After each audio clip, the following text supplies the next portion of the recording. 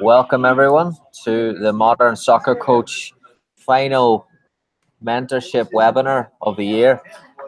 So joined today by Kai Edwards.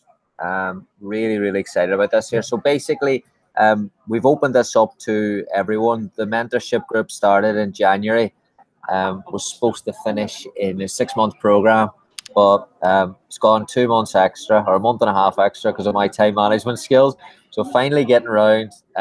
Basically, we started with find your philosophy, create your philosophy, how to bring it on the field, how to test your philosophy, get some support from mentors around the world, and then our last part of it is a little bit of a reality of the coaching world, which, as we would all like to think that it would be a simple case of developing that philosophy, put it on a piece of paper, or put it on a PDF, or put it on a PowerPoint, and go out and razzle every AD or boss in the world. The industry is not like that at all. There's a lot of knocks. It's difficult to get your foot in the door.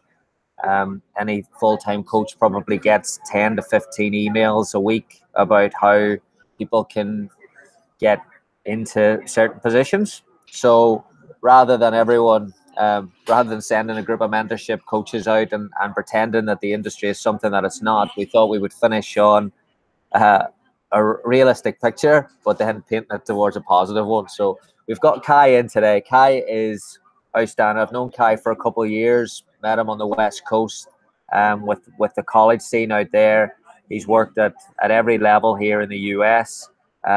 He's back at Oakland University, working with Wampa up there, our coaching legend. So got a presentation here today. So he's going to do 30 minutes about his insight to the job market and how to maneuver around it. And again, making sure that we're not just taking any job. Kai put in capital letters, the right job that we're going to take. And then at the end of it, we'll open it up for a Q&A as well. If anyone wants, we'll bring in Clifton and myself as well. We can make it a three-way conversation. We can bring in other people. We'll see where it goes. I've got nothing to do this morning for the next hour and a half, so I'm excited about this, and I'll hand it over to Kai. Hey, well, thanks for having me. Sound check. We're good. We're good. All right. So, really blessed to have this opportunity, and I'm no expert on any field except for, when you go through things multiple times, you start to learn to navigate yourself around it. And I'm very big on, paying it forward to people who've helped me, and also helping educate people before, they go through situations. So maybe they can be equipped to navigate when these come up. So the general thesis of this is how to find the right next job. There's going to be some cookie cutter breakdown of that, but then there's also just going to be me talking real life, because I've gone through many courses and talks where it's so cookie cutter that it's not even realistic at times. So this is going to be a little bit more realistic as much as I possibly can for that. So couple things to start, right? Reasons to leave a job, okay, by choice, to progress. For me, I've been in that situation a couple times as an assistant at Sonoma State. I moved up to be an assistant at UC Santa Barbara. From UC Santa Barbara, I moved up to be an associate head coach at Santa Barbara. And then from there, I moved to become the head coach at St. Mary's College in Northern California. So, by choice to progress. Then there is contract not being renewed. So when I was at St. Mary's College, my contract had run up and they chose not to renew it because I didn't hit their benchmarks. There's the unexplainable. University of Michigan, my head boss, Greg Ryan, that's national team coach, he was let go. I'm not in that meeting. Then I was told we're just going to have a change of leadership. Those are the exact words that were told to me. I still don't have a full knowledge of what happened. So I call it the unexplainable, and it happens sometimes, And then, sometimes you just be asked not to return. You know, I've never been put in that exact situation where someone just said, we want you out. Okay. So my quick journey, you know, I've coached at many different levels. All but last year, I've always done club and college at the same time, which poses different situations. You know, as someone who's in club, especially if you're at the coaching position, you're usually being evaluated by another coach. You know, and that's different than being a head coach at a college, where you're being evaluated by an administrator that probably in this country didn't play soccer. You know, at St. Mary's College, my administrator that evaluated me was a ex-softball player. So sometimes those metrics get a little blurred. You know, everyone in their life at some point, you know, will be posed the question, am I in the right position right now? Do I need to move? Or someone asking me to move? That's just the life of being a soccer coach, you know? So it's something you sign up for, so you can't be shocked when it happens. I'm currently at Oakland University with Wanpa. Kind of got that job through networking with him years ago. And working at National Soccer Club, a development academy club, as their technical director. You know, both positions, I am evaluated by a soccer coach. Interesting. My two, let's say, periods where I lost my job, I was being evaluated by administrators, St. Mary's College and University of Michigan. Have never lost my job when evaluated by coaches. So what that actually made me do is look deeper inside me on what am I doing wrong, because it's very clear cut, you know. So through my journey of finding the right next job, I had to look at myself in what situations have I been successful in, and which ones have I struggled in. Okay. So if we go in depth a bit, couple ways to set yourself up to find the next right job at any point in your life is building a network. Okay, couple ways to build a network: shadow people such as mentors. For me, a couple of my biggest mentors: Neil McGuire at Cal, Jerry Smith at Santa Clara, Tad Bobak at SoCal Blues, Ada Greenwood, formerly at University of San Diego, currently at Slammer Soccer Club. I've been able to go out, watch them train, watch them coach, sit with them, have dinner, you know, ask pertinent questions. So, because sometimes when you're in a coaching course, and I think coaching courses are important, but when you're in a coaching course, they're speaking to the masses. If there's 30 of you, they're speaking in general to 30 of you. Well, if you can get a coach or a mentor or an administrator in a room, you can ask specific questions to relate to where you're going, you know. And we always think about shadowing coaches, but like I said, two of my biggest struggles were when I answered to a mentor. So what I've started, an administrator. So what I've started to do more is ask administrators questions. I have two administrators back at St. Mary's College that I'm still good friends with, that I constantly ask questions on, you know, what are you looking for in a coach in this situation? When you, as a coach, they're releasing a player, what are you looking for as an administrator? You know, stuff like that is invaluable, and you're not really going to know unless you ask the questions. Work camps. I'm going to speak specifically as often as possible, because I think it helps. Couple camps I've worked that really helps for networking. University of Colorado Boulder camp. A lot of college coaches, a lot of club coaches there. You hang out, have a pint after camp, you know, have a chat and just talk to people. Texas A&M, I've never had the pleasure of working Texas A&M, but I know they have a lot of people and a lot of coaches, you know, from Division III, II, club, older, younger, many different demographics, you know, which is going to broaden your horizons, which is awesome. Set up interviews with people in places you'd like to be. So if you want to be a BCS assistant coach, interview a BCS assistant coach. You know, interview the assistant at University of Washington, the University of Texas, South Carolina. If you want to be a head, interview a head coach somewhere. You know, get on the phone with them, send them an email. Hey, can we talk one day?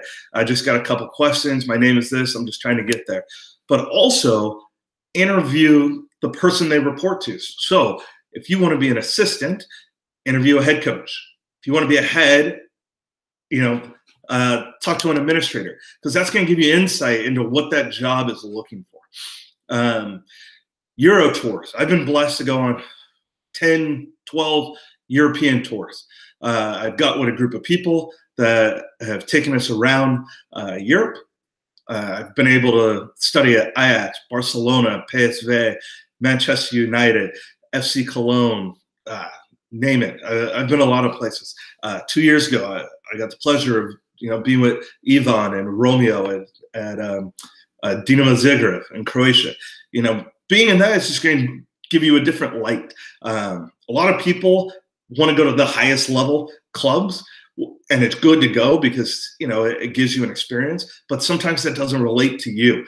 So I've also been to Housen, small town club in Holland, where not everyone wore the same practice gear, not everyone showed up on time, and sometimes that relates more to some of the situations people might be in club here.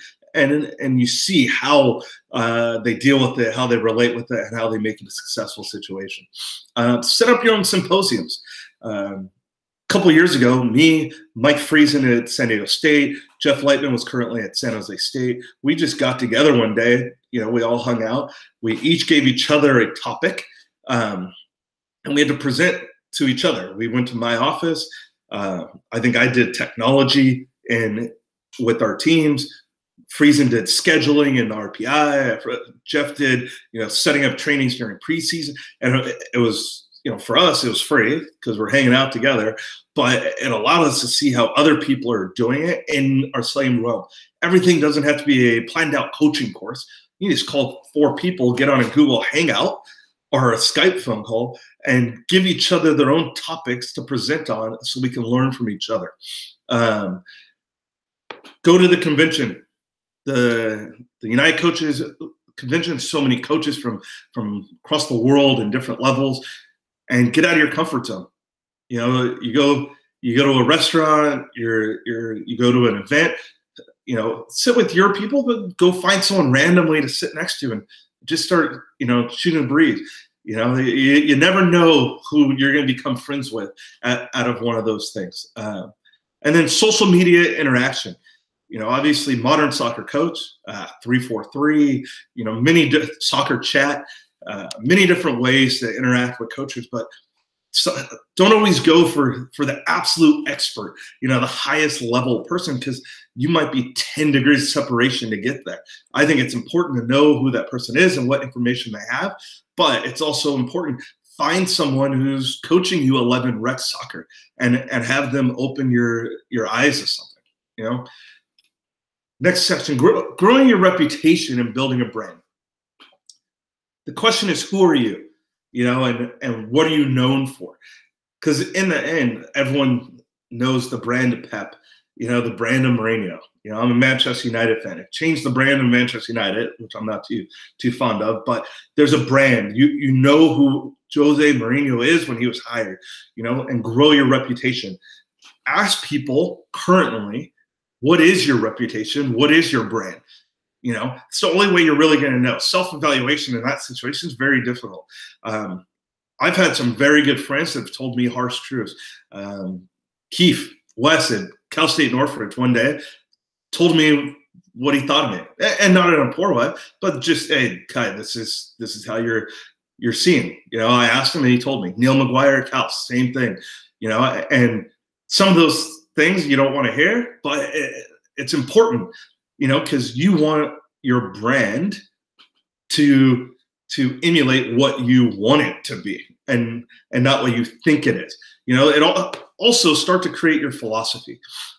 For me, my philosophy used to be 20 pages. Everything was broken down to every little detail. And now my coaching philosophy is very simple. It's quality and effort.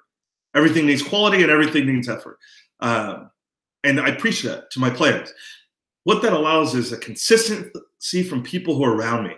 If I'm my staff, my players, people above me, they always know they can challenge me back. Kai, are you giving quality here? Are you being consistent? Are you giving effort? So it allows people to know what to expect. So I've started to brand myself as being quality and having effort in things. But I'm also known as a coach who's good at attacking. 99% of the places I've gone, the attacking numbers go up. And I'm also known for my recruiting in the college ranks. I got the job at University of Michigan for that exact reason.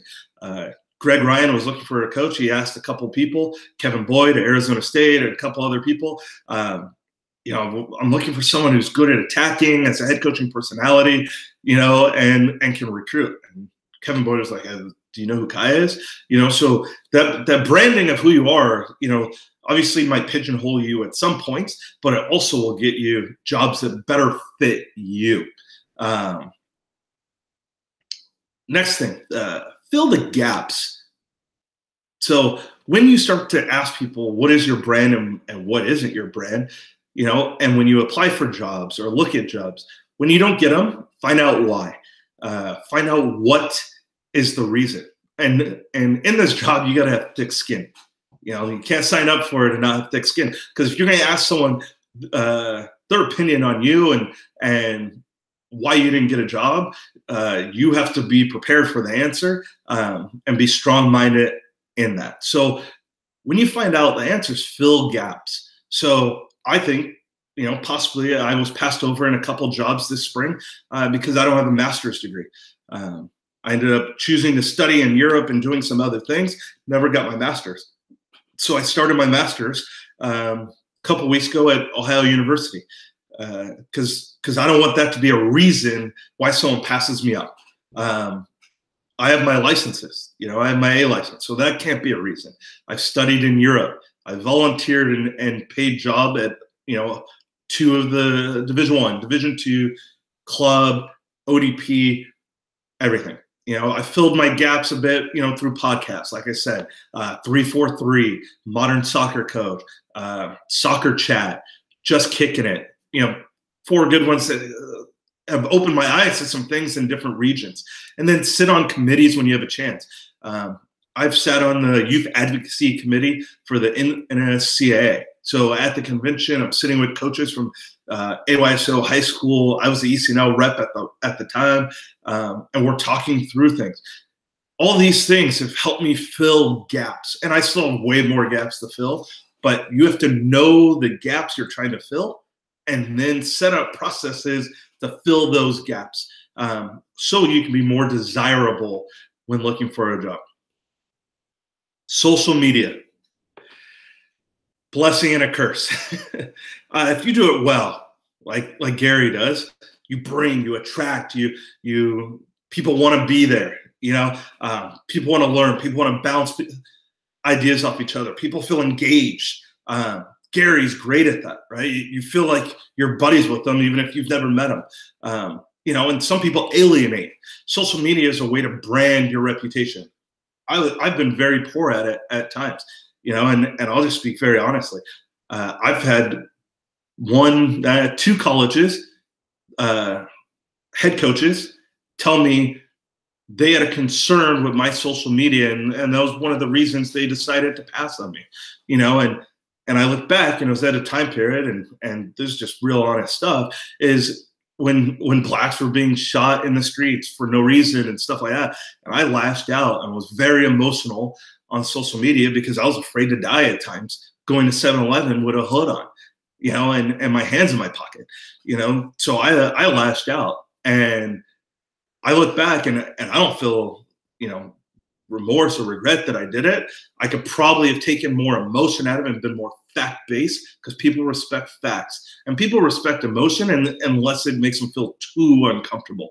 And it hurt my jobs. It really hurt, places I could get jobs at because people don't want an angry black man. And people who know me, I'm also one of the happiest people in the world, but I branded myself on social media for a year stint as someone who's very upset, scared to be out there, and angry at being passed over for opportunities.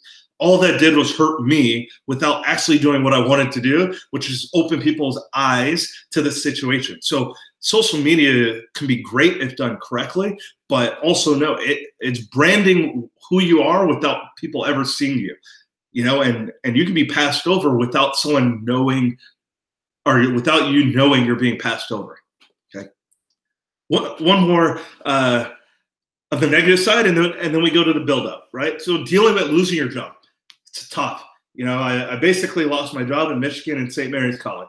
One for a reason I still don't know, and one for a reason flat out I knew. St. Mary's told me they wanted to be top 4 in the conference repeatedly versus the Santa Clara as BYU's Pepper, and I didn't get there. They didn't renew my contract. I left that night. I called Jerry Smith. Jerry Smith said he offered me a job that day at Santa Clara with the combination of club and for more money than I was making at St. Mary's. So what he told me is, you're going to find out your real worth now that you're on the open market. But leave your job in a professional manner, because you never know.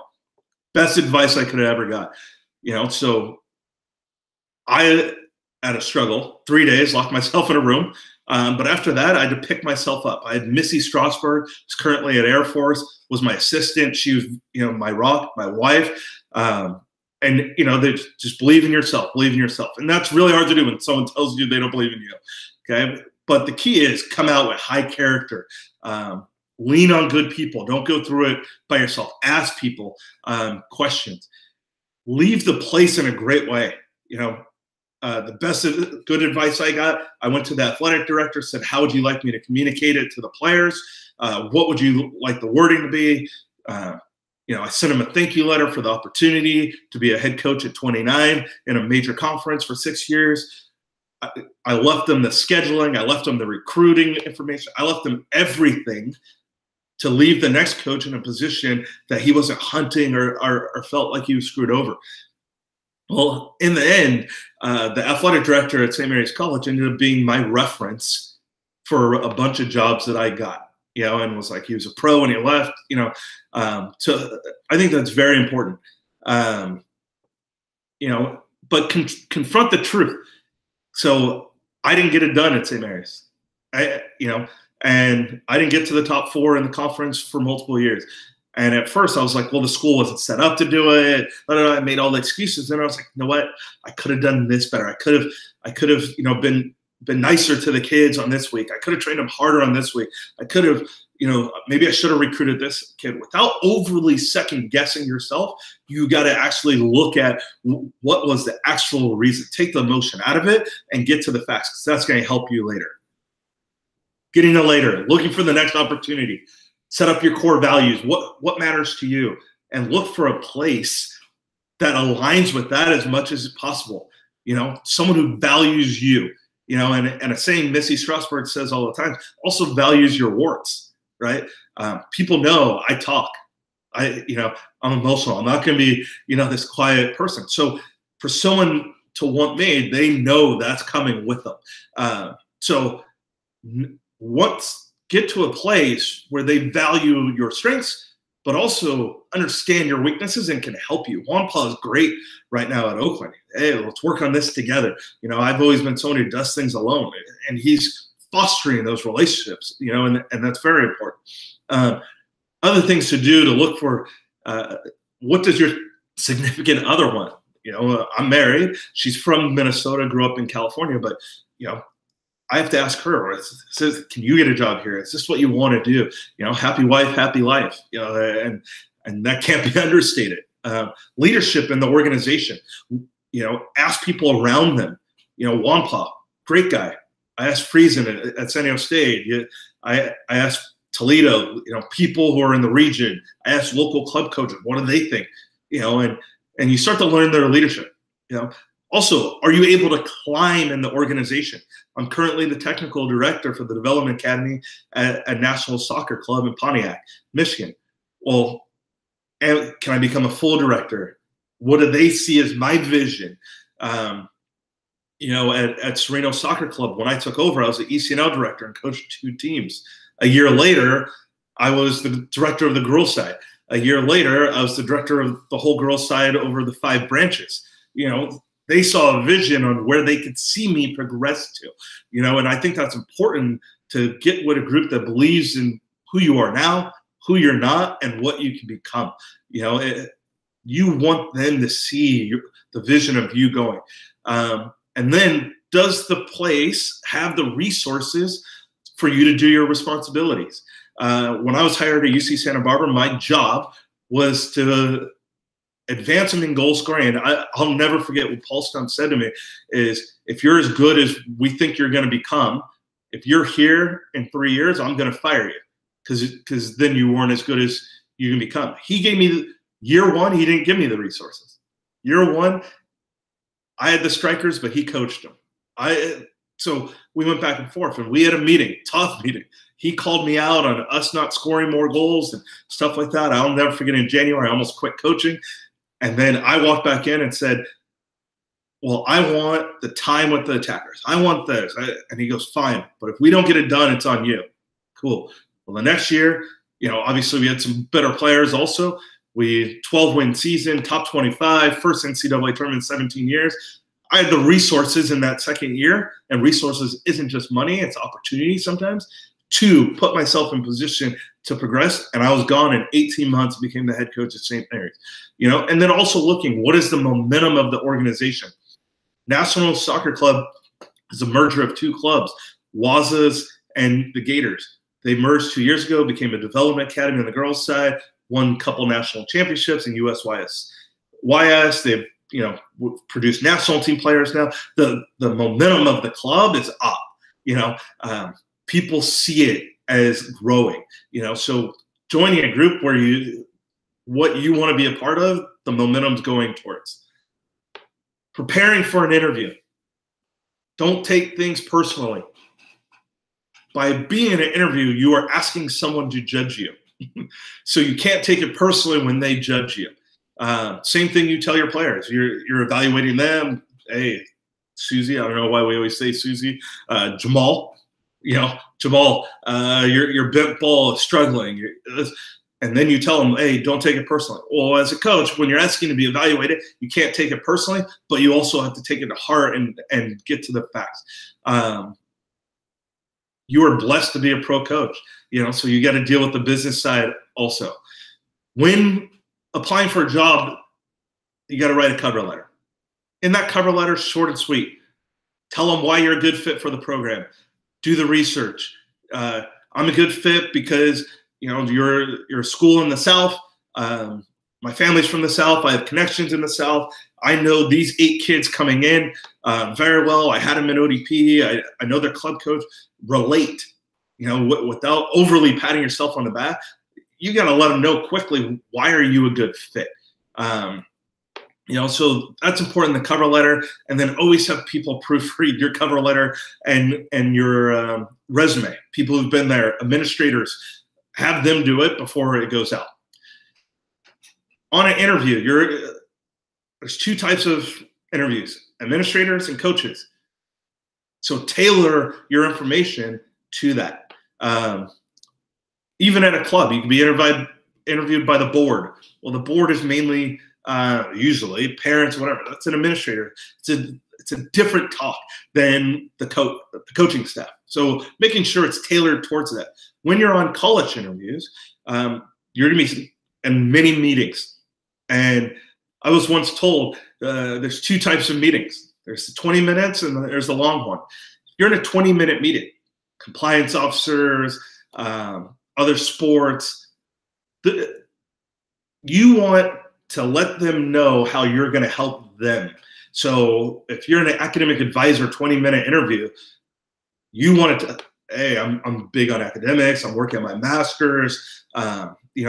Study hall is important, 8 hours a week, whatever that is.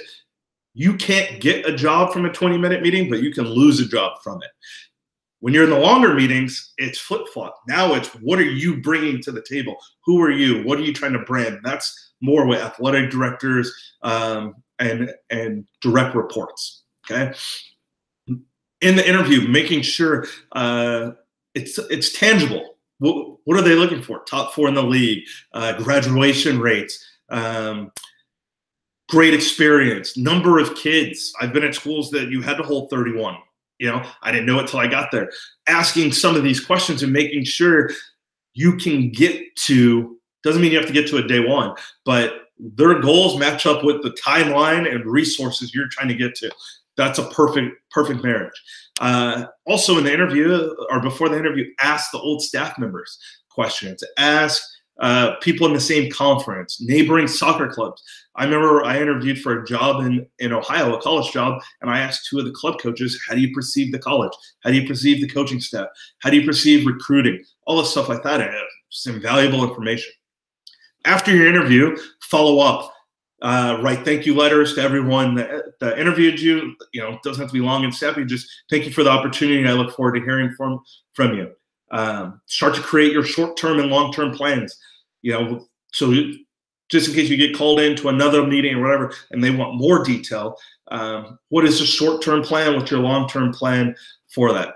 Once you land the job, create lists. Short-term list, long-term list. Here's what I do. First thing, it always starts with people. That's why you want the job. It's because you get to work with people. So what is the current roster? That's club or college. What is on the team? And you look at, what do I have? What are their strengths? What are their weaknesses? Where they're trying to go? Interview people, talk to people, take them to Starbucks, have meetings with the current roster and figure out what you have there. Figure out staffing. What's on your staff? Who's their direct contact? Your assistant coach, other club coaches if you're as a director role. You know, figuring out what is the staffing of everything. Incoming players, who's coming in college, who's in the recruiting class, who's not, what do we need? What do we need to get? How do we get it? As a club coach, who's on our second team? Who's in, you know, depends on the philosophy of your club, who's in the neighboring areas. Is there a partnership? What do we need to do? The support staff, medical, academics, anyone who supports your program, has contact with your program in any way, go talk to them. Go find out how can you make their job easier, and then figure out budgets. Then look at your structure, planning, scheduling, practice time. You know, I'm a methodology person. Why are we practicing this time? When are we doing it? Why are we traveling? Why not? Do we have to? Do we need to?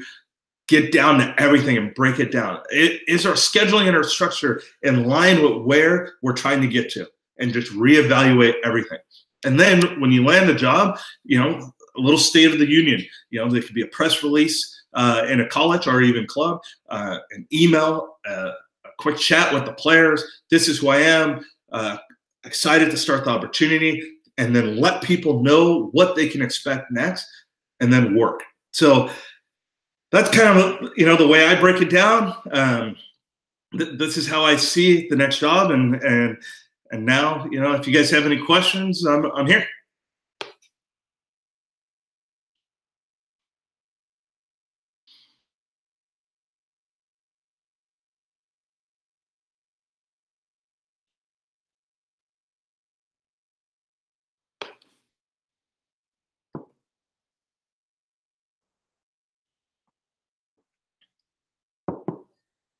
So I think we're just waiting for everyone to log back in. So we'll take a break.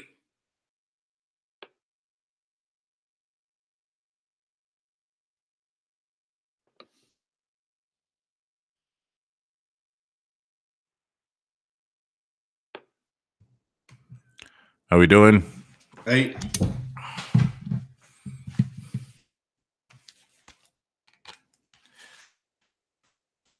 All right. Enjoyed that. Had to pop back through. See Gary's hello.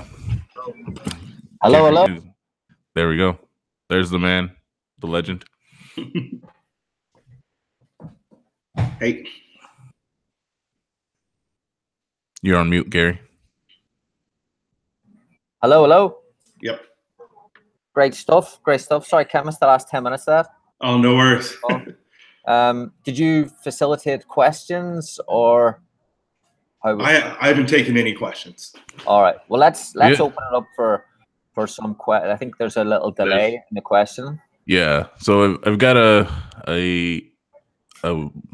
ask out to everybody. So if you do have your questions, put them in the chat section of the YouTube, and we will get them over to Kai and Gary right away. So I'm taking a look, and Troy McCarroll is got a couple of questions here. So we'll start off with Troy.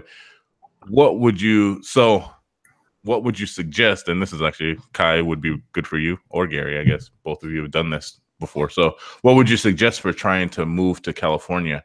It's an expensive state, and it's hard to kind of work in.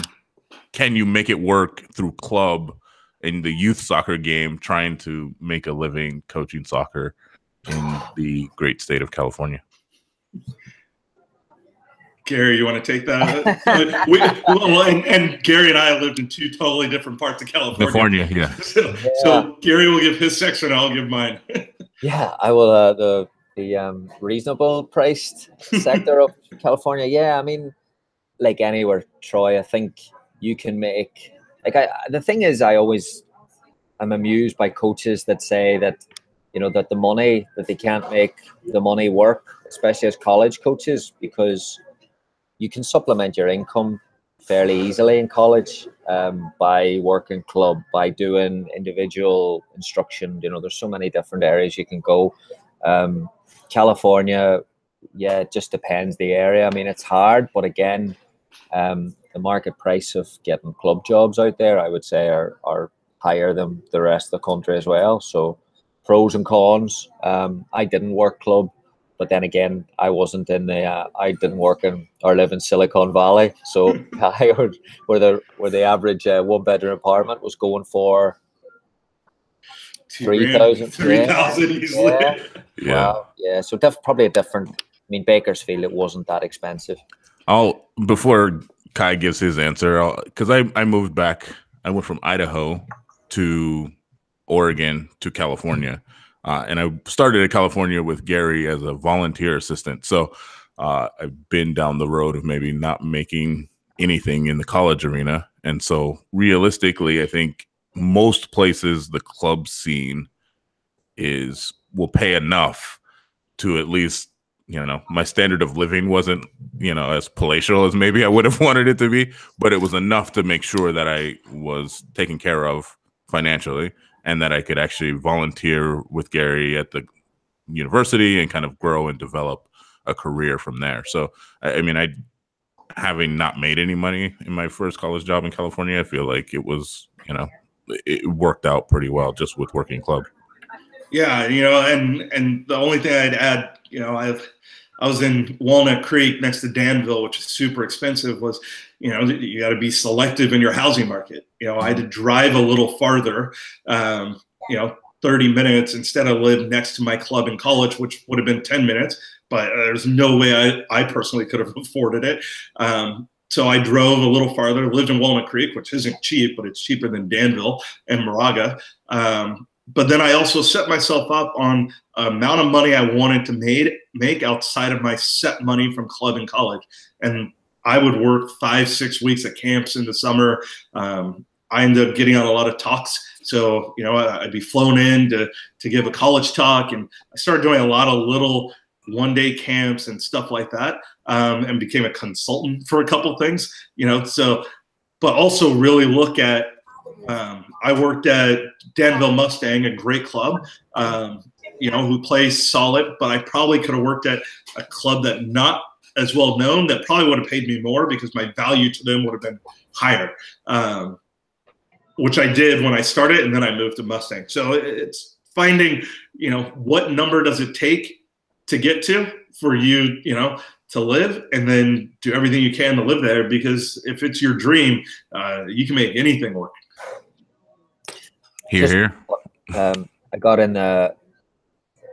did that thing in Miami at the weekend, and in the morning we picked up to go to the fields, and it was Rodrigo at NYFC Academy, and then Tony Annan at Atlanta United, and Tony was in the front seat, so I sat in the back seat with Rodrigo, and we started chatting. But I heard the guy in front was a young coach. He picked us up, and the first thing he asked Tony was, "Oh, hey, you work at Atlanta United Academy?" I really want to be a professional coach. You know, what's your advice? And I could hear Tony saying, work for free. And he just work for free, and you're going to have to do it. You're going to have to, you know, spend a year, 2 years working for less or nothing, build your reputation up. And the way he said it was just like, it's a fact. You know, if you, like you said, Kai, like if you want to go to where you want to go, you just have to be able to sacrifice. And I think every coach has a story who's above 30 to 40, who started at a, and the funny thing is that when you look at autobiographies of football coaches, like they sleep on floors, sleep on cars, the GAs and all that there. And the soccer coaches, sometimes we want to go from A to B to C and go from 20 grand to 30 grand to 40 grand to 100 grand, but it doesn't work that way. Well, and I'll add, you know, last thing is, you know, California is expensive, but everywhere is expensive compared to what you're making. So my first ever job was in Bellingham, Washington, which is not an expensive place unless you are 24 and a volunteer and you have no money. And so when I was there, I coached guys high school at Blaine High School on the border of Canada.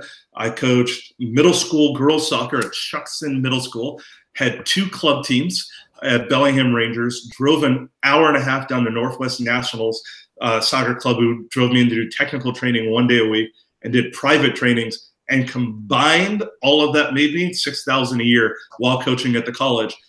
That was it.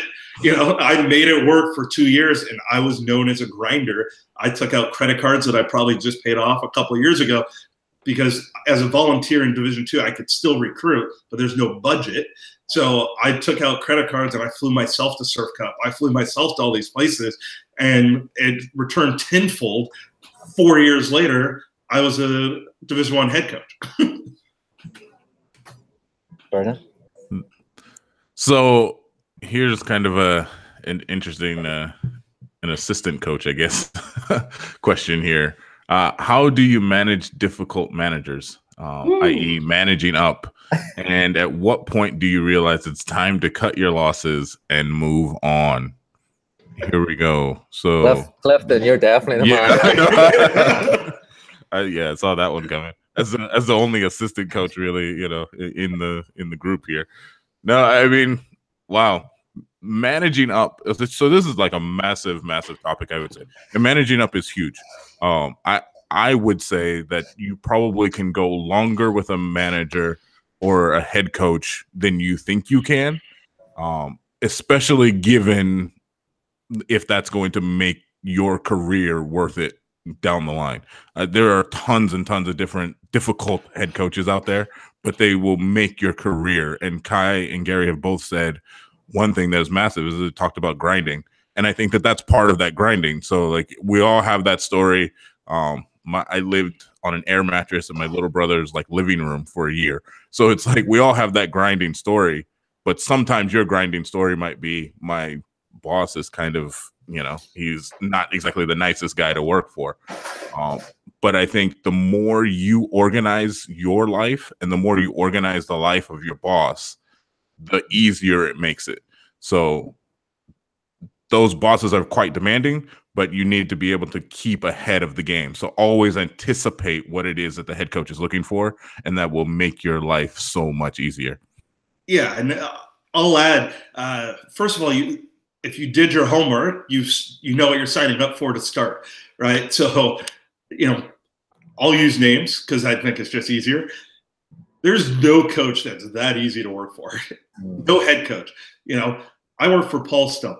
Paul Stump is the nicest surfer boy you'll ever run into at UC Santa Barbara. But he's also hard as nails. He's a powder puff now. He is, but I had him 10 years ago, and he was a tough guy to work for because I was battling to put my view in the situation instead of, I finally just said, what is he looking for? And he's probably get a lot easier to work for.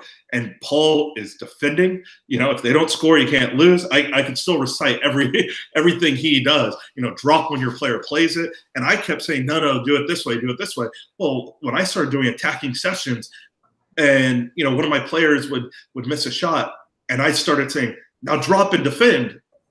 Paul was much easier to work for because I figured out what his core values were and made sure I was supporting his core values while adding my personality, which, you know, made him much easier to work for, then it sets you up, you know, to work for Greg Ryan, who's the national team coach in a World Cup. He's a grinder and a pusher and a detail. You know, it sets you up. And then, to be honest, the best way to manage it, at the convention, get with 10 other assistants, have pints, and tell stories. And you'll realize you're probably not in that bad of a situation. Brilliant. Absolutely. I completely agree. It's, again, we would like to be that we're brought in as this, you know, brain trust and come in and make it easier, and we implement our ideas, and life is simple. But Kai's right. Like every head coach that got to a level has got there by being not only set in their ways, but being so strong in their principles. And I think then as a head coach or a assistant coach, I think you've got to figure out that that's part of your development, is that if you want to come in and implement something, then if you can't communicate that there, then you're not strong enough in your convictions. You need to improve that. And if you're constantly butting heads with a coach, then that's life. You've got to be able to, you know, if you want to work at a high level, it's not just the coach who you're going to have issues with. It's players, it's support staff, it's everything. So it's a good experience for you. I think in Jack's question that I would say is that at what point do you realize it's time to cut your losses and move on? I think Kai says that when the core principles are consistent, when you're consistent with those core principles, it's fine to disagree on soccer and philosophy and this way of doing that or that way of doing that. But when the principles become things like, you know, treating people or you know, basics, and when those conflict with you, then it's not the right. So basically, overall foundation, yeah, they have to be aligned, but the soccer can be flexible. And I think that's why most staffs, like Clifton, like that's where I think Clifton and I have completely different ways of working in some areas. And that really helped. But basically we wanted the same thing from a culture or from an environment. Well, and the funny one for me was one of my assistants, Laura Van Wart, you know, who built her way up. She was a volunteer for me. Then she went to Long Beach State as a second assistant, then came back to me as a first assistant, you know, and it was in a time we were trying to turn St. Mary's program around. So there's some tough conversations and meetings. And after, I think, 2.5 years, she just came in one day and said, I'm going to leave because I want to stay friends with you. And it's just come to that point. And I was like, fair play. And to her credit, her next thing was, I'm not trying to screw you over. I don't need to leave today. It was in March, I think. She goes, you tell me when you want to phase me out at some point in the spring. Tell me how you want me to tell the girls. It was brilliant, you know, and now she's the head coach at Cal State Monterey Bay. And her first day of preseason, she called me and asked me for advice. We're still friends. She cut the tie at the perfect time. You know, it's that threshold point. And we both maximized our experience without overflowing it. It was great. That's brilliant. So, question here for those that would have the option. Would you recommend leaving the States to go to Europe for a year or two and then returning back? And the caveat worry here is if you leave, are you kind of out of sight, out of mind? Or is it going to be hard for you to get back into the States and kind of the hamster wheel that is here? So I would say my wife actually asked me that question this spring. She asked me, Kai, you know, you've always gone to Europe and studied. Do you want to go for a couple years? And I was shocked she asked. And I had just got flown to China to do a coaching education with the club in China. And she's like, I could live here. And it made us think, you know, I have a lot of connections in Holland, and we almost did it, to be honest. And I think the advantage is you diversify your portfolio. You diversify the knowledge and education you bring in. And that can only hurt you if you choose for it to hurt you. I've also received job opportunities because on my resume it says studied at Ajax for 2 weeks, studied at Barcelona for a total of 2 months. You know, I've studied all these places. So I can only imagine if I said lived at Dinamo Zagreb for 2 years, where right now I was there for 1 week, and it's desirable for some people. You know, and over there they get paid a lot less than we do, but they're more pro about it. So you're going to learn different ways of going. Now, your only challenge would be if you're shadowing a U14 boys team and you want to be a women's college coach, you're going to lose some of the player management part, but you're going to gain in some of the football. Yeah, it's a global game now at the minute, isn't it? So Kai's right. Like, to go and diversify your portfolio is such a good way of putting it. To go and just get a different insight. I mean, that's where regret I have of my time. My development as a coach was probably from ages 27 to 30. And yeah, I didn't go out domestically. I didn't go out and do as much networking as I think I should have. But my biggest regret is I didn't get away to a different culture. Didn't take another trip to. I was going to England every year. I should have went to Portugal. I should have went to South America. I should have went to China. Like, I should have went to different places. And now I think, again, when can you do it? Probably better doing it when you're young, or when you have a spouse, like Kai says, who's willing to do it with you. But Troy, like, I would say, if you can go away, it's a fantastic opportunity to go and come back with different ideas. And I think that's where they get. There's so much turnover now in college. Is like, yeah, 20 years ago, or 10, 15 years ago, someone would say, hey, you better not leave. You might not get back in. Sure, there's 20 jobs opening every week in October. So you may as well go for it.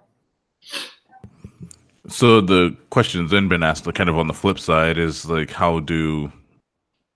if you are not a U.S. citizen, what's the best kind of way to get yourself into an American system?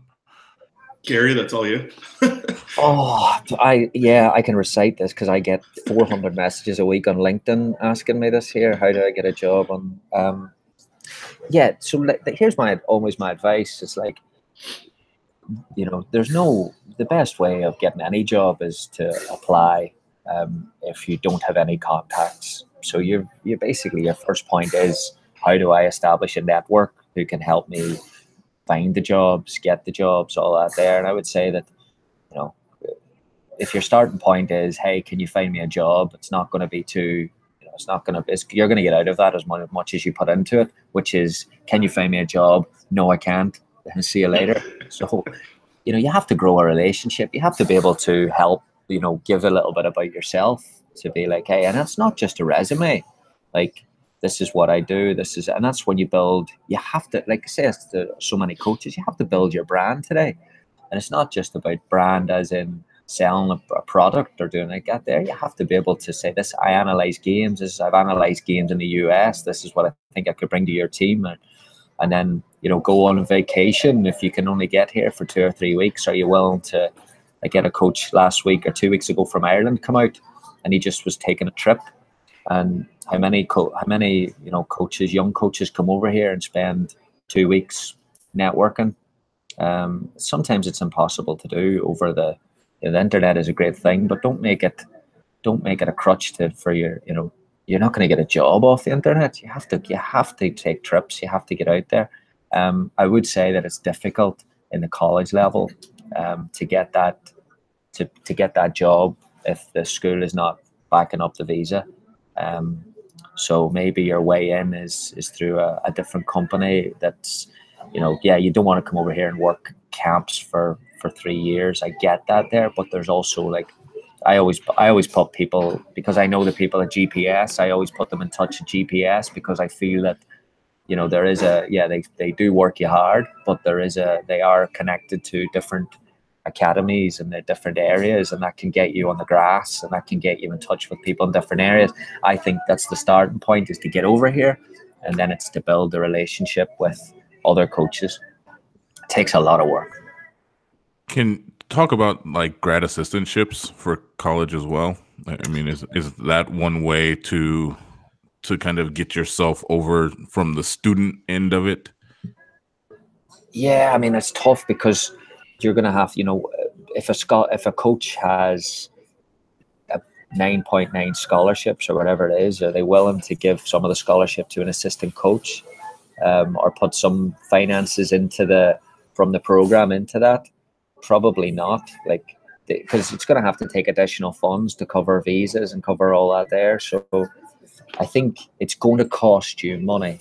And I think that's if you want to come over here and be a grad assistant, it's going to cost you $5,000 to $10,000 a year. But if you look at it as an investment, it could be worth it. It's tough, Jack. Like, it's really, really hard. Well, and I'll add, and Gary can probably better explain this because I don't know exactly how he did this, but at Michigan this past year, we had a guy from France who came to grad school. So his visa was a student visa. And then he was a volunteer for the program. So he was able to come as, I guess, a student, but he still worked for us. He did videotaping, helped with some little things for the year. So, I'd be a reference for him now after 1 year of working. And I don't know if that's maybe a way to get around it where the student visa might be cheaper than a work visa. It was no cost to us. We were able to pay him through student accounts. So he made minimum wage basically per hour, more than a full grad assistant pay. But he could have done it for free, and he would have, because he was going to come do his actual grad school anyway. So maybe that's a way also that's cheaper and more desirable to some programs, because you call a program and say, I wanted to get my master's anyway, and I can afford it. I'm going to do it. Can I get on staff for a year? A lot of places that might think about it. Oh, out of all these schools, if you're covering your education, or you're saying, like, I can take care of this here, can I get on staff and volunteer? Like, so many schools, I think, would be open to that there. But yeah, it's difficult.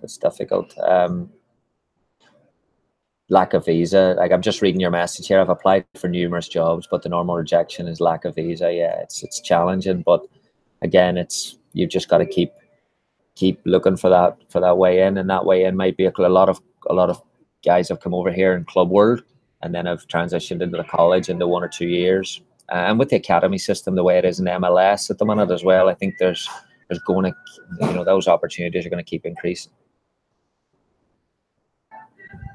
So now we have Kai. You talked about studying abroad at different clubs. Somebody's wondering, how do you go about doing that? Is it somebody you already know? How do you set it up? How do you make initial contact? That sort of a thing. Yeah. So I've done it a couple different ways. I was blessed to play at Sonoma State University, home of the Zeemers, and the Zeemers are, well known, been around everywhere. And Andrew Zeemer is very good friends with Franz Hoek, who's now, I think, the Saudi Arabian goalkeeper coach, but formerly with Louis van Gaal, with Ajax in the 90s, Barcelona, Manchester United, Holland.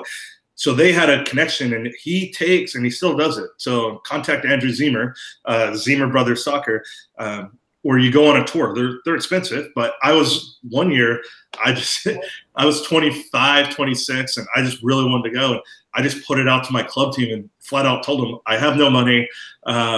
I really want to go. I never asked for money, and 4 parents just paid for it, and did it for life, for that. And I was able to go on that. It was 14 days. We did Barcelona, Holland, Italy. So I went with a scheduled tour. I've gone, like I said, I went to China. One of my buddies coaches at the Earthquakes Academy in China, old Danville Mustang coach. So there's networking, who flew me in for a week, and I was able to watch a couple of clubs. But then I started to get comfortable, and Ivan, who used to, work in the Bay Area, was the director of coaching for Dinamo Zagreb. And I just asked him, hey, can I come sleep on your couch so I have no hotel costs? And he's like, sure, no problem. So I went, slept on his couch for 7 days, and just shadowed him with Dinamo around all their trainings. Todd Stauber, a buddy who used to live in Seattle, now lives in San Sebastian. It helps run events for Gothia Cup and bring teams in. I just asked him, can I sleep on your couch for a week? Flew myself out there, slept on his couch, watched trainings at the Atletico Bilbao, San Sebastian, Anicapo, who's one of the big feeder clubs. So you just start to create friends and just call buddies and just ask for hookups, and just also offer, hey, if you ever want to come out, you can sleep on my couch, because the costs are hotel, travel, and flight. I did my whole trip to Croatia for under $1,000. My flight was $500. It took me 18 hours. I flew through everywhere. My hotel was nothing because I slept on a buddy's couch, and my food was very little because they let me eat on site every once in a while. So, there's organizations, there's people, and then there's this calling buddies, and you got to hook up. Our goalkeeper coach in my club here, Rajko, he's from Serbia, and he was like, hey, if you ever want to, he heard I've gone to Europe a bunch, and he's like, if you ever want to go, you can stay at my uncle's house in the town, and you can go watch my old club. I'm like, done. So I'm trying to set that up for the spring. So the Zemers, great place. Finding people, friends, friend of a friend, have someone connect you with somebody, and be okay with sleeping on a couch to save some money. Yeah, and I'll jump in there real quick. I think that's Kai's hit the nail on the head for me. I think part of it too is just you have to have enough confidence to ask the question. The potential of being rejected, I think, is low in this particular industry because it's so collegial. We're all like, there's nothing new under the sun, really. And so I think everybody's willing to kind of have information traded back and forth for the most part. And so for me, it's about just asking those questions. I did a week with the Portland Thorns. Mark Parsons was gracious enough to kind of open that up for me. And I did what Kai is talking about, found a friend that lived in Portland and slept in, on their couch and hung out. And, so it cost me a car and the travel over there. And then it was a matter of getting myself in. So now I think that those connections then help you gain other connections. So find the one that's going to work for you, that's going to make the most sense, because it might take a bit of investment. And then can you use that to platform yourself to other opportunities? Well, and I'd also add, I've been to Europe a lot. So if you've never been, maybe you don't know. It's not like there's fortresses. Barca has a fortress and Bayern's got a fortress around their stuff. But you could it's like going to a club practice here. There's probably more fortresses around club practices here than there is in Europe. You could fly yourself to Holland. I've had a buddy do this. Fly himself to Holland, pay in a $10 a night youth hostel, and just show up to fields. There's a field on every corner, and just sit there with a notepad and watch. And if they tell you to leave, you leave, and you go to another field. If they tell you to stay, you ask the guy if you can buy him coffee and a croissant and go down to the local cafe. Like, that stuff you can do. You can do it in America. You can go to the next club over, go to a city over, and just sit there. And if they ask you why you're here, I'm just learning. If they kick you out, okay, you leave. I've sat and watched Louis van Gaal when he was at AZ run a 5v2 training in a tight space for an hour and a half. And at about an hour and a half marker, he got so pissed he kicked us out. And we were like, all right, cool. We left, went to a club down the street, a smaller club, and just stand there at the fence and watch another training. So it's not like everything's got these huge fortresses around Europe. Like, they don't care. I've been kicked out of one practice in 10 years. Yeah, exactly. MLS practice. Exactly. So that was, I'm still fuming about it. Yeah, my take on it would be exactly the same. You're going to have to put a bit of work in it. And it's kind of be intentional about where you want to go, Jordan. Like, if you want to get to, a top Premier League academy, then, you won't find Mourinho's email address anywhere, or you won't find Michael Carrick's email address anywhere. You're going to have to probably start at the academy level. And to be honest, like, that's the thing. It's like, if you want to go and watch Pep coach, yeah, Pep's unbelievable, but if you want to go and watch the top coaches at the clubs, they've probably structured a system from top to bottom. So it would be worth your while to go into the academies and to see, because they're almost working, they're doing 5-6 hours a day sometimes with those kids. And academy coaches in the UK, the better they are, I find, the more open they are to, like Kai said, sharing ideas. And if you approach it as like, hey, it's pep or nothing, then you're gonna be really disappointed. But if you're gonna be like, oh yeah, so if it's a philosophy of a club, that you want to go into, like, I want to go and see what Spurs do from top to bottom, then there's gonna be an opening somewhere. You're just gonna have to find it, and you'd be surprised what you can find on LinkedIn, I would say, and how open these people are. But again, you can't. I sometimes feel like it's the way people present to come in. I want to come in and watch a train session, and people are just going to be a bit skeptical out there. So you've got to be very, very careful, but you've got to be persistent. Absolutely. I mean, humility is going to be a massive. Humility is going to be a massive thing when you're trying to get in to view some of these trainings. And I think the humility starts with what Gary's talking about, which is like, it's about, if it's pep or nothing, that's not exactly the most humble way to start in at the beginning. If you're willing to watch academy, coaches train, if you're willing to work second teams, whatever it might be, off players when teams have gone other places, sometimes somebody's back at home. Some of these pro clubs, coaching 8 players, in a random field sometimes. So that humility is going to be one of the biggest ways to approach getting, nobody wants to turn away somebody who comes, with a polite heart. I think that's a big thing. I mean, bravado and ego are going to get you thrown out every time, I would say.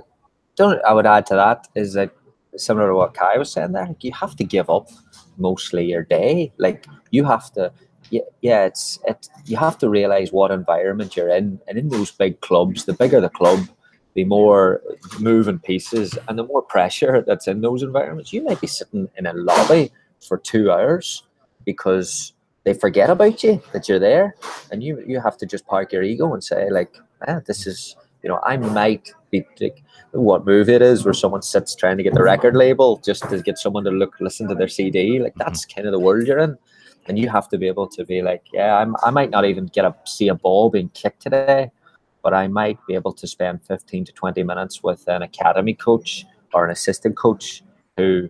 And that, to me, that's where the learning is. The learning are in the face-to-face. The sessions, you look on YouTube today, you can get most of the training sessions, but you want to be able to see the why behind what they do, and they don't post any of that stuff. So if you can sit down with somebody, no matter what it takes, but to arrive, I think, going back to Clifton's point there with humility, to go somewhere on vacation and say your significant other gives you 2 hours to go and do something, and you're like, oh, hey, I've got 2 hours today, can I get in to watch a training?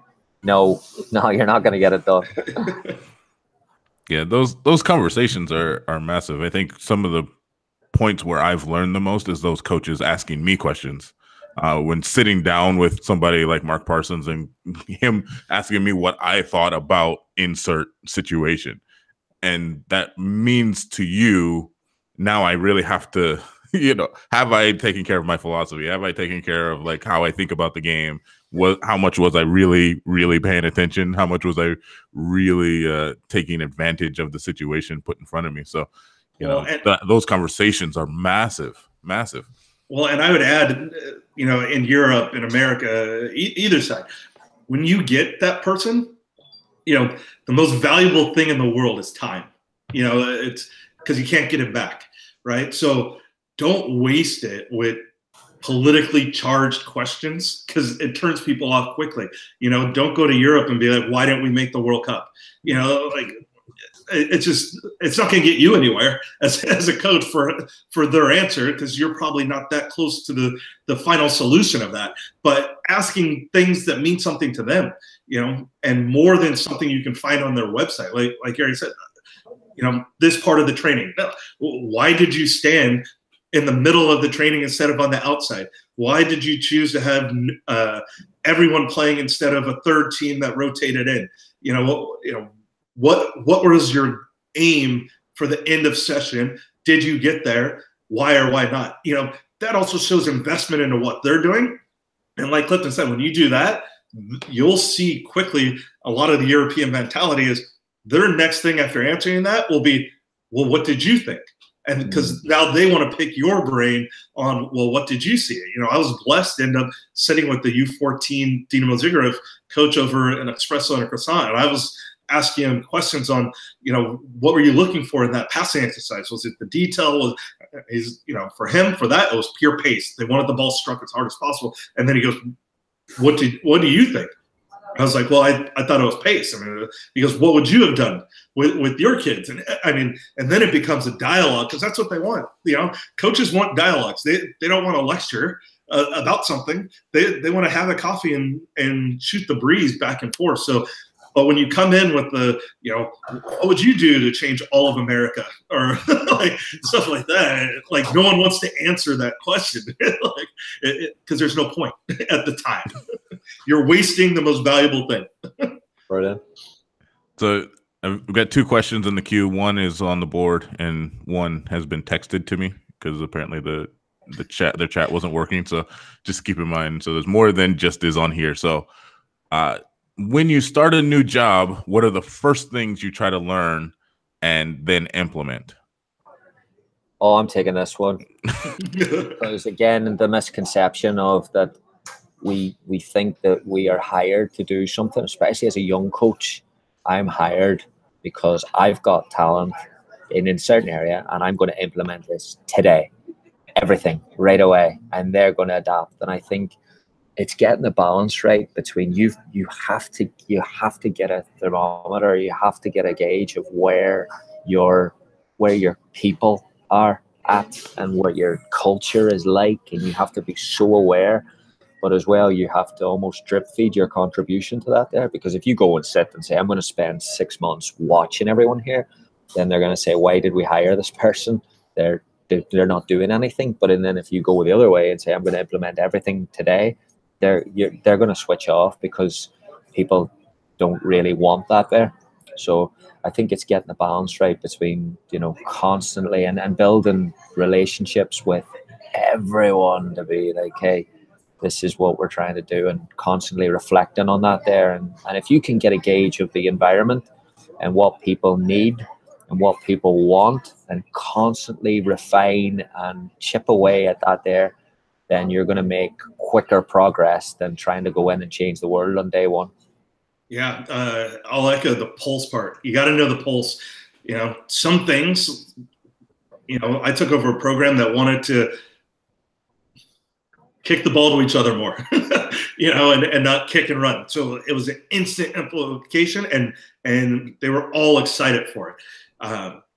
Now I wanted to raise our fitness standards quickly. They weren't ready for it. And I should have done it more gradually, so it's figuring out what does that group need, the pulse of it, and kind of without compromising your own values, but understanding we're going to get to where I want to get to. Just some things have a 1 week timeline, some things have an immediate timeline, and some, even though you might not like it, the pulse might say this needs to take 2 years to get done, 4 years to get done, or whatever. None of us have 4 years at those jobs, but I think it's finding the pulse for different situations. Yeah, there's I would say look at 2 things. Read into emotional intelligence, so your EQ and kind of how you read people and what their reactions might be. And the other thing is a bit of change management. Is like every time you start a new job, there's a new group dynamic.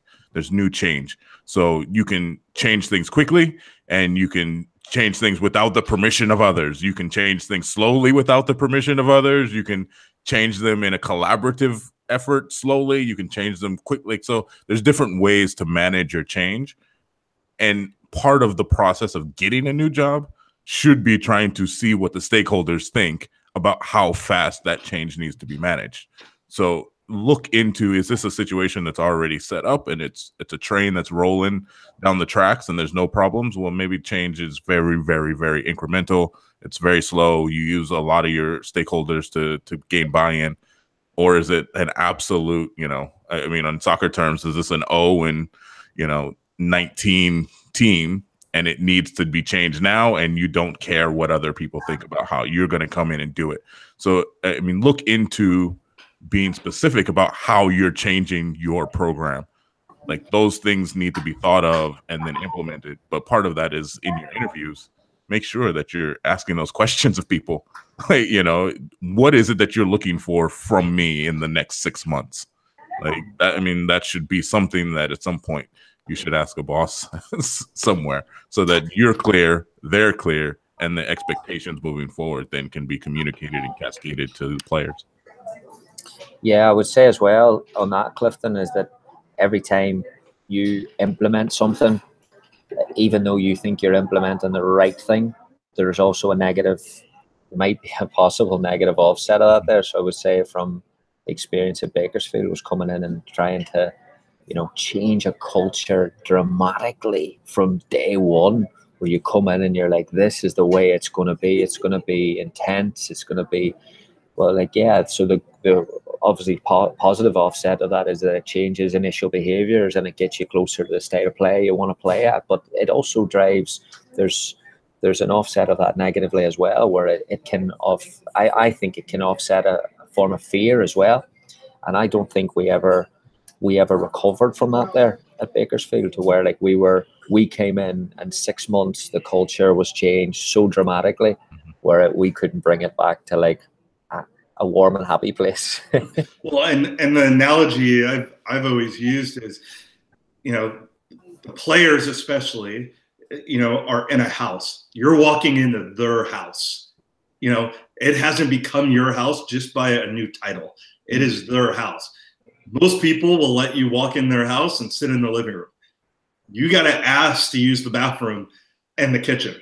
You just walk into someone's kitchen or start walking around their house without it being the proper time of comfortability, you're going to piss people off real quick. So it's that same thing. You're walking into someone's house, and right or wrong, most people take ownership of their house. You might not like the player or whatever, but they're looking at you as the outsider. I'll never forget a player when I took over at St. Mary's. She was upset that I got the job over the assistant at the time, and she said, well, you're not a Gale.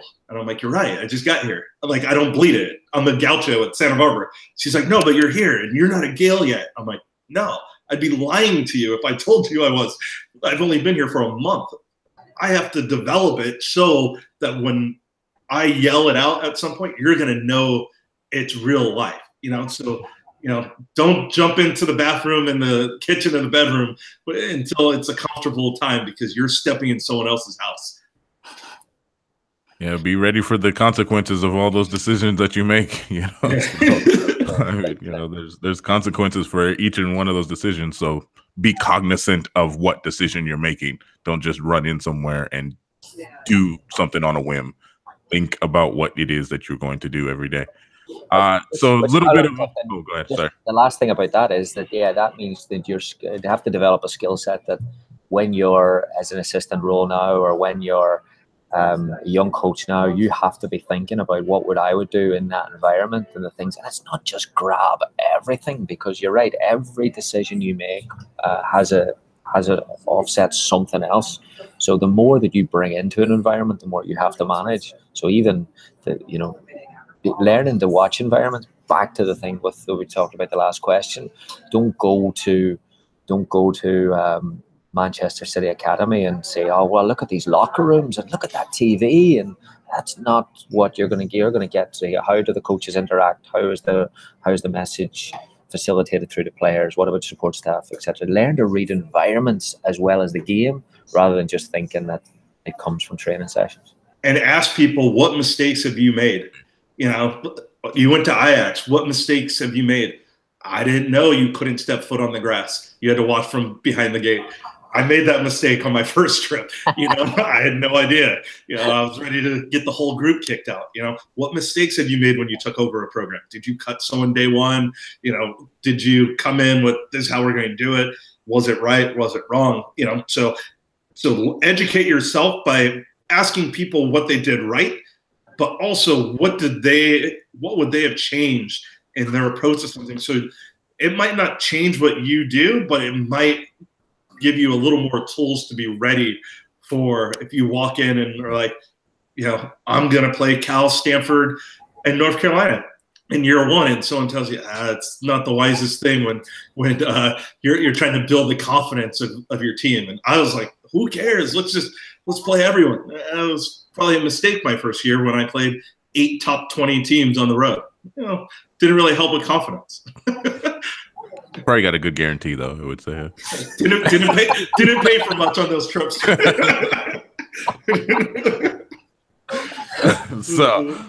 So this last one here is we'll see how this goes. I'm intrigued to see how these two guys answer this question. So the question here is this.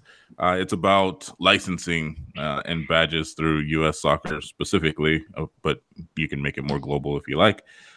So the question is, do you fly through your badges even though you may not value them or your learning hasn't reached the level yet? Or do you go other avenues, make yourself a better coach, and take the courses as you feel like you're ready for them? The caveat here is it seems like U.S. soccer maybe has a bit of a hold on academies, which means your jobs are contingent on being an A licensed coach or a B licensed coach or whatever in a certain system or a certain license structure.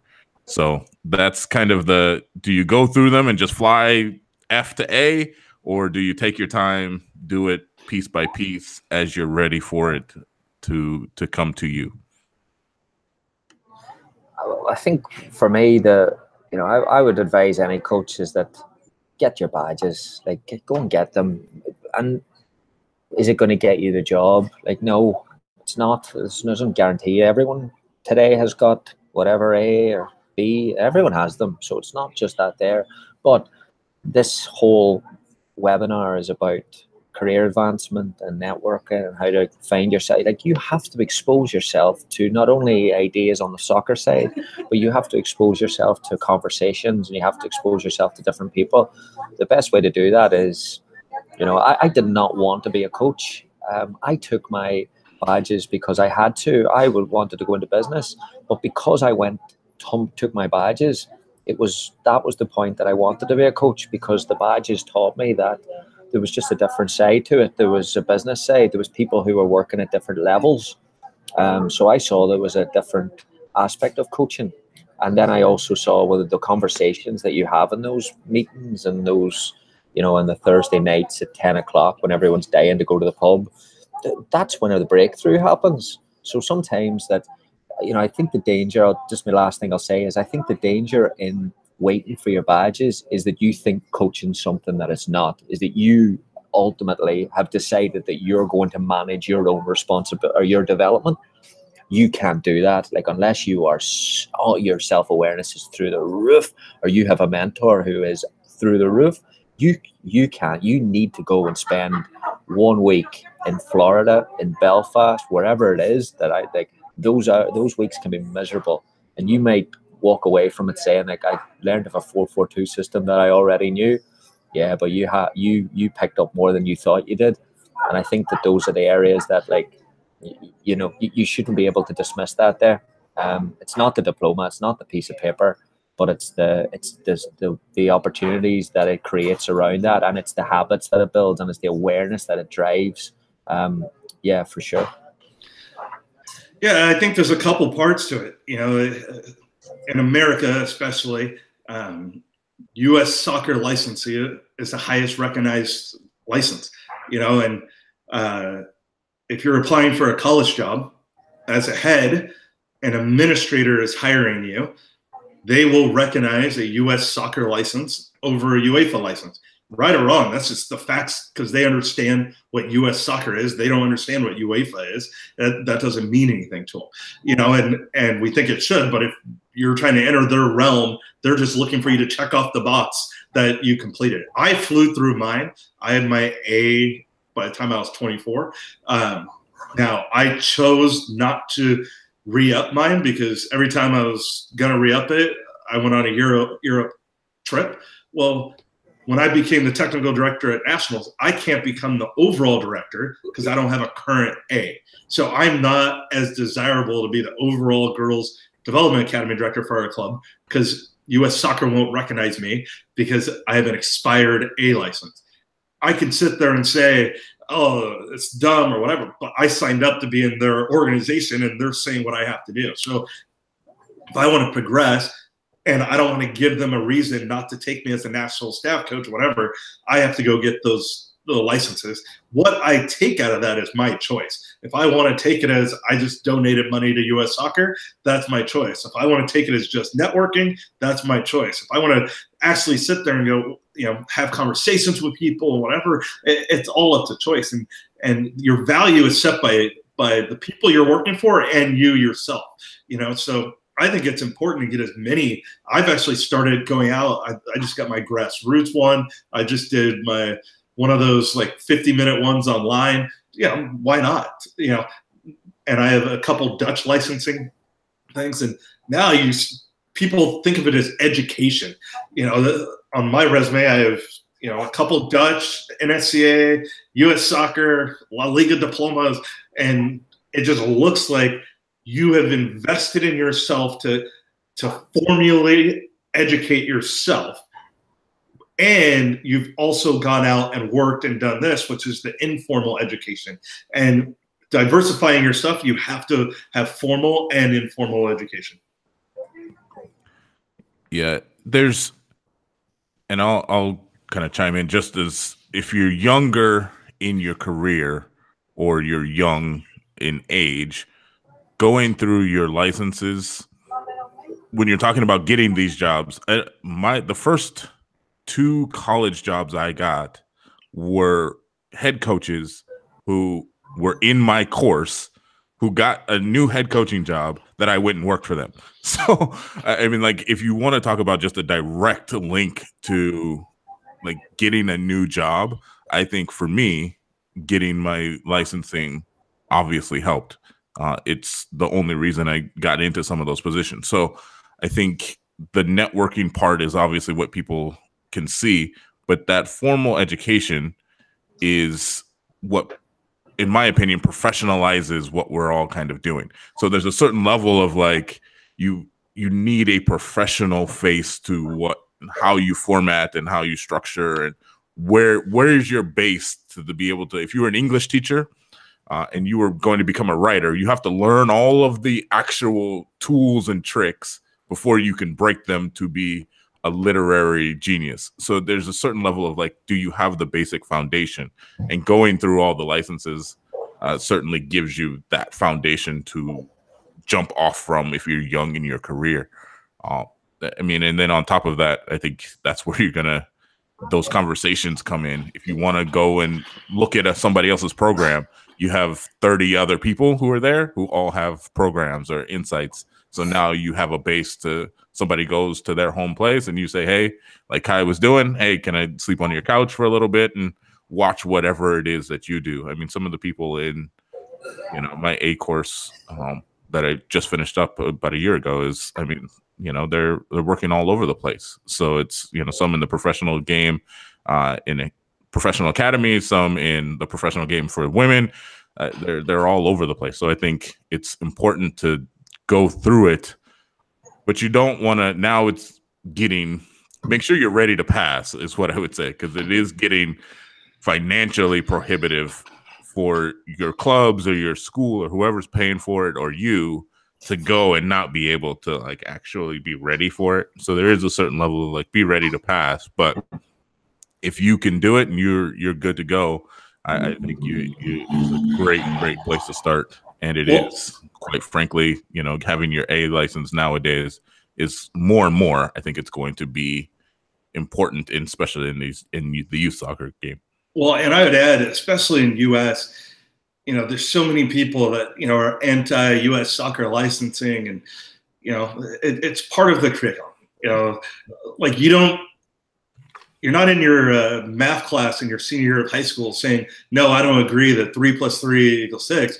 No, you just get the credit and get the diploma, so you don't sit there and fight about everything. You might voice your opinion a little bit on what you think Chaucer was saying in your English class, but if the teacher wants this and he wants you to regurgitate and get your diploma. Yeah, absolutely.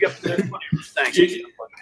Being stubborn about it isn't going to get you anywhere but a failed test and loss of money, and I took my C license when I was 21. And Mike Haas from Colorado Storm was one of my staff coaches. Jill Ellis, who was currently at UCLA, and now she's the national team coach. And Greg Ryan, who was at the time the national team coach. That was my staff. Jill Ellis offered me the volunteer assistant job at UCLA after that, and I said no because I still have one more year of eligibility. 2 years later, I got into ODP for the first time, and I'm sitting in a room. Greg Ryan was flown in as the national team staff coach. He was told to run a training, and Greg said, "Oh, let's have Kai do it." And no one knew me at ODP at the time. I was this young kid, and they're like, "Have Kai do it." And everyone's like, "No, we flew you in, the national team coach, to run the session." Greg's like, "I remember him from the C license. He can run a good session." It ended up being the 89s, which was Alex Morgan. Sidney LaRue was playing up. So it was an unbelievable group. And those opportunities came from, that C license, who ended up being our current U.S. national team coach and the national team coach from back then. And, what opportunities that opened, I would have never foreseen. So you also don't know what you don't know. Yeah. And it's an adjusted system now too. I think obviously a lot of the skeptics, and I'll just there's a lot of people who have negative thoughts and feelings about the course.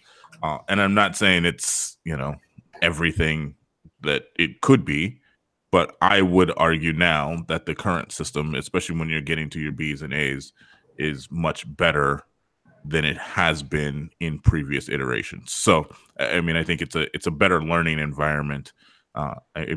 We had so many very, very good discussions with instructors and inside the group that I don't think, that I know didn't necessarily happen we in had old no discussions. A and B's. Yeah, so there was no level of discussion that happened around the game. And in this particular, we had Vani, who's one of the staff instructors, who would sit until midnight just talking formations and play and where you go, and he's very Italian, so it's all defense, and where we go, and on top of that, he's a goalkeeper, so he's jumping up and down on stuff, and I think that they've opened the instructors up to be able to actually impart a bit of knowledge to the group. So I would say it's better for those of you who are out there who are like, nah, I'm not going to do it just because you've heard X, Y, and Z about it. I would say, in my opinion, it's a lot better now than it has been in previous decades. I would not, if I was a GM or an AD with ambitions for a soccer program, I would not hire someone who did not have a coaching badge. Just because, what is that? Not because you don't know a system or you don't know this or that. What does that say about you? That says that you are not willing to put in the hard yards. That why should thousands of other coaches have to do it and you don't? And that also says is that you're not open to education and learning. Who enjoyed college? Who enjoyed masters? Who enjoys any of that there? Not many of us.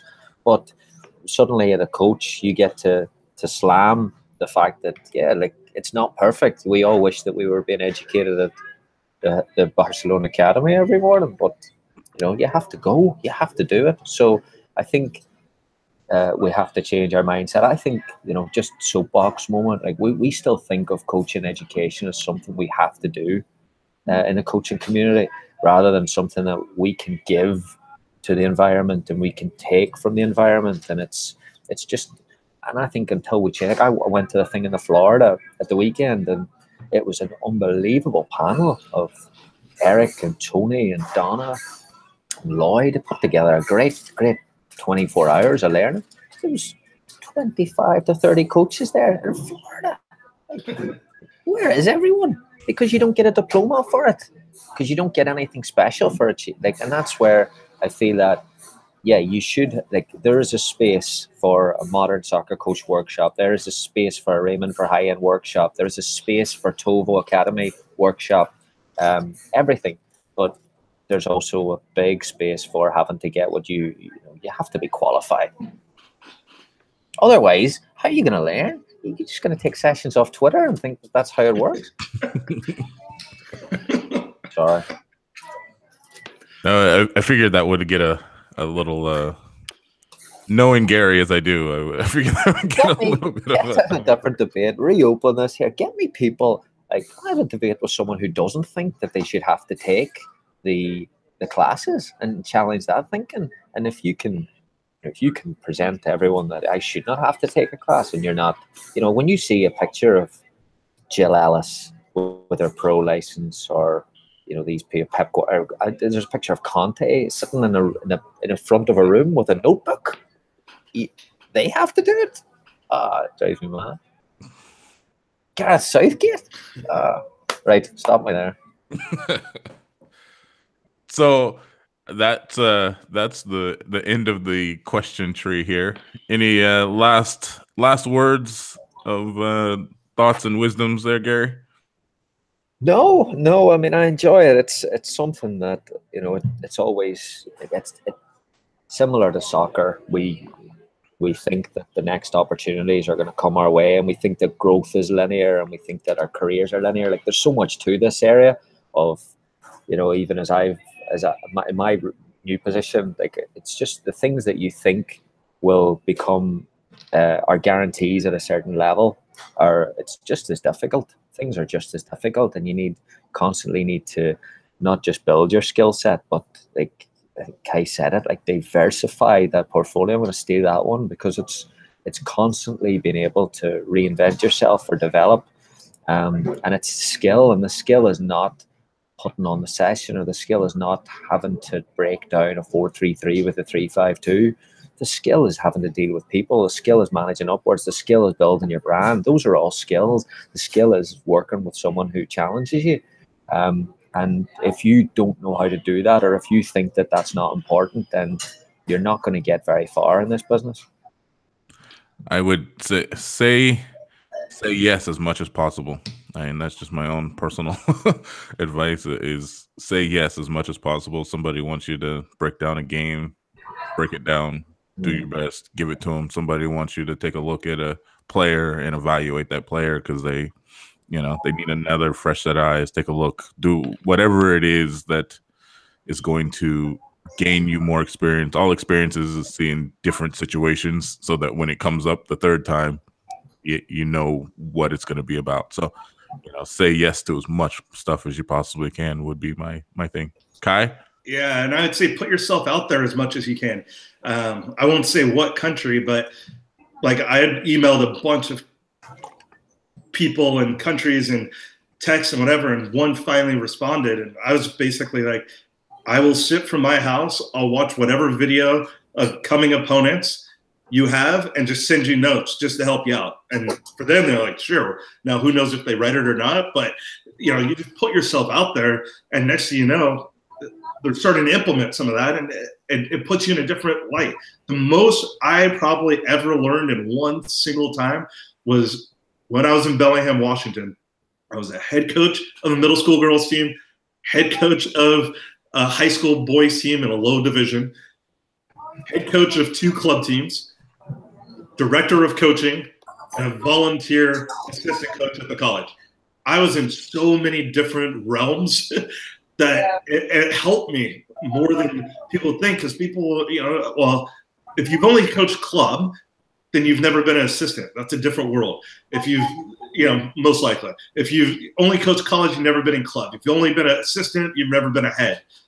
People who are in college who've only been assistants, head coach a club team, do ODP, do ID2, do something that keeps putting you in different environments. First, figure out what are those different environments. Head coach, assistant, answering to soccer people, answering to admins, you know, figure out all those. And if you haven't got into one of those, find a way to get into them, because your perspective on things, like I think as a coach and an administrator now, where before I only thought of the football.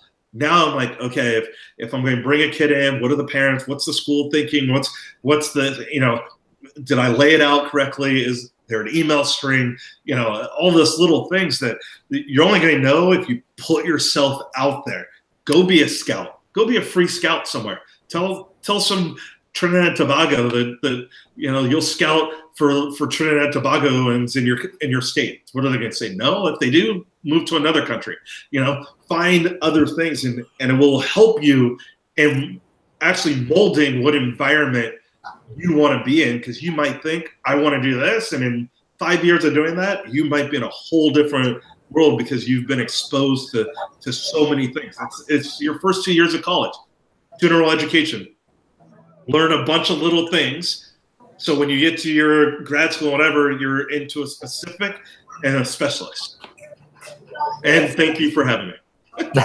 Thank you, Kai. Appreciate it. It was amazing stuff. Amazing stuff. Everybody out there, go land that next right job, and take care of business. And certainly let us know, you know, shoot us a message on Twitter and let us know, you know, hey, I listened and saw this and got this opportunity. I would imagine each one of the gentlemen on this panel would love to hear your success stories and answer any questions moving forward. So enjoy, y'all. Hopefully that was enlightening and illuminating for all. Brilliant. Yeah. Thank you, Kai. Thanks, everyone. Thanks, Clifton. Talk to you soon.